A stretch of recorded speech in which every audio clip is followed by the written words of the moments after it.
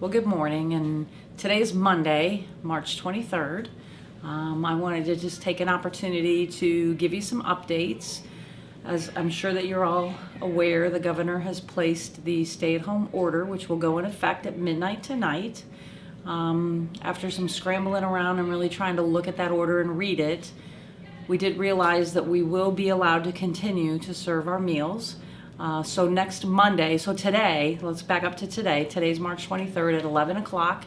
We're going to be giving out, and we'd already planned for this, 5 days worth of food to any child that is our student or is a student. And it doesn't really matter what school district you're in, but as long as you're a student, even if you're 18, as long as you're a current student, we're going to give you 1 week's worth of food today for you to take home for the week.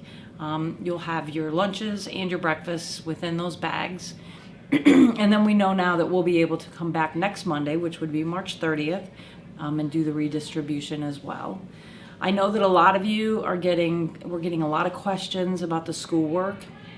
And those of you that have been fortunate enough to work at home online with your teachers, I know that the amount of work can feel fairly overwhelming at times. What we're asking is that you're logged in daily and you're working on your assignments. I'm going to suggest that you pace your day out. Your teachers are going to be available online from 9 to 1. Just make a schedule for yourself that has you online during those hours. I don't want you online all day, all night, trying to get this finished. I want you to work to the best of your ability. I don't want you to get frustrated, and I don't want you to get overwhelmed. You're going to be graded on the things that you're turning in. You are welcome to send messages to your teachers. They're available, they're online, they're out there. Email them with questions, post your questions on Schoology. If you really are struggling to get in touch with anyone, you can always send us Facebook messages. We respond to those all the time. I just want you to do the best that you can with what you have, and just continue to focus on that work. Now, I know that for our seniors, they are very, very frustrated. This is your senior year. This is the time that you would be celebrating the end of your school career. We had so many things that we were all looking forward to, prom and last concerts and last athletic events. And then, of course, the ultimate would graduation and commencement. I know there's a lot of stress out there about what's going to happen to some of these things. And unfortunately, we can't give you an answer because we don't know what's going to happen. We do not know what the timeline of this is. I can tell you that once we do know, we will get plans in place. We're going to make sure that we're recognizing those seniors that have earned their diploma. So we will not have forgotten about that. We're not just going to push that stuff aside. We're really going to take all that into consideration based on whatever this timeline is. The most important thing right now for the seniors especially is just to work to get those assignments completed so you can still earn that diploma. Senior projects, I think you know what the pieces and parts of those are. Just do the best you can with what you have. Again, we're going to be understanding to people that may not have all of the materials that they need or all of the access, but we're also going to know who's really putting some time and effort into things, and that will all be taken into consideration. So thinking about what's going to happen down the road, and again, of course, we don't know, but now it's time for me to really start to think about what if this becomes a more long-term situation past that April 9th deadline. So I'm beginning to have some conversations with the technology department on what are our options if we do go longer term.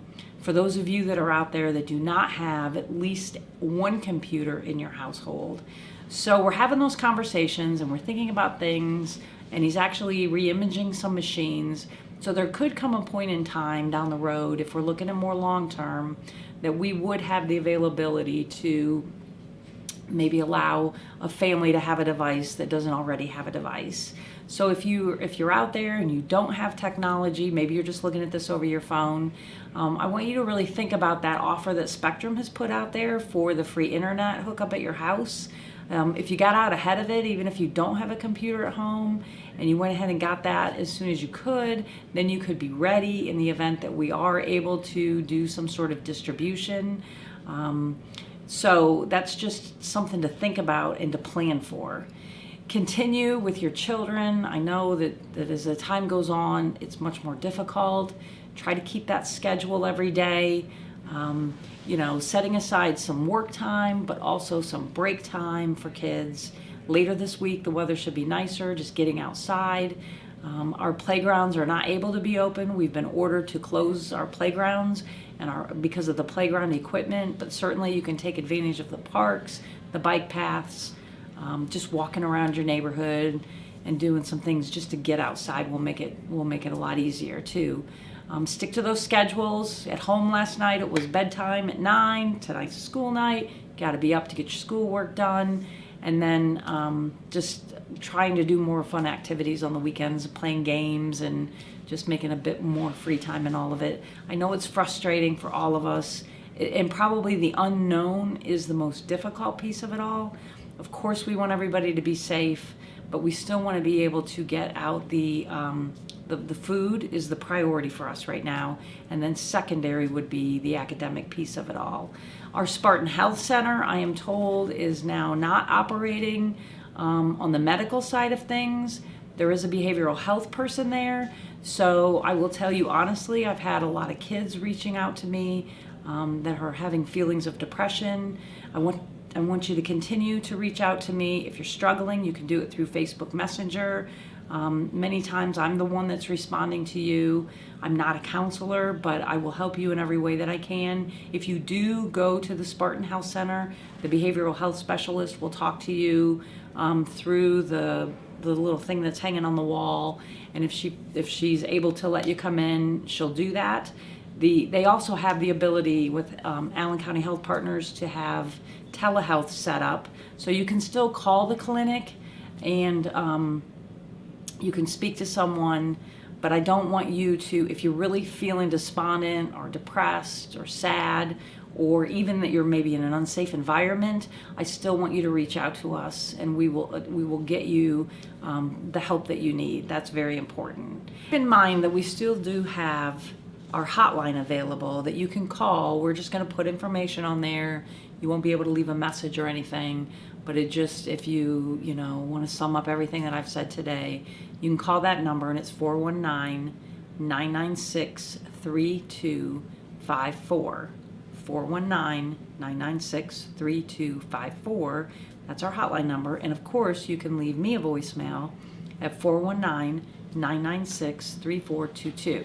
So I've gotten all my messages, and I've gotten everybody around to where they need to go, and everybody has been responded to. So I want you to continue to think positive. Please follow the governor's orders. Stay home, take care of yourself, and let us know if you have any questions or concerns. And I'll probably see you again next week. Thank you.